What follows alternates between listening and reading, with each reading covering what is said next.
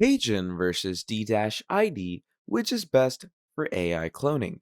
In this video, we're going to be talking about Heygen and D-ID, one of the top most video AI generators out there, utilizing an AI generated video creation platform to create and engage with talking avatars is a potential avenue to increase engagement and reduce costs. Heygen and D-ID are two platforms that capitalize on AI technology to automate tasks, providing AI presenters and text to speech capabilities. So let's talk about the features. So to ascertain the superior option between these two, it is imperative to conduct a feature by feature comparison of Hayden and D-ID.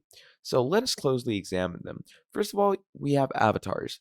Heygen has 120 plus talking avatars covering different clothes, ethnicities with superior lip sync, provides three types, three views modes of avatar: close up, half body, and circle view.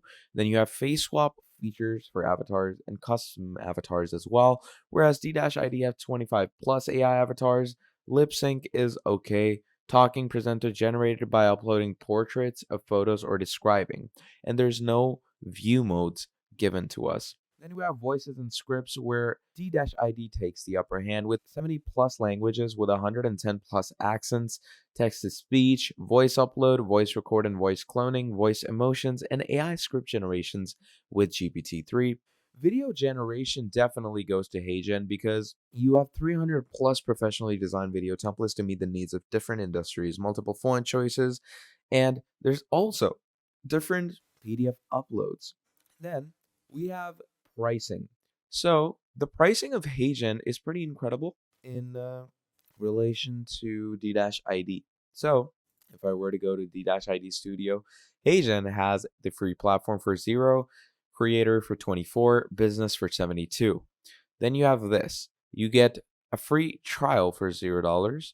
You get the light for 4.7, but obviously it goes up as you increase. Then you have the pro for 16 and advanced for 108.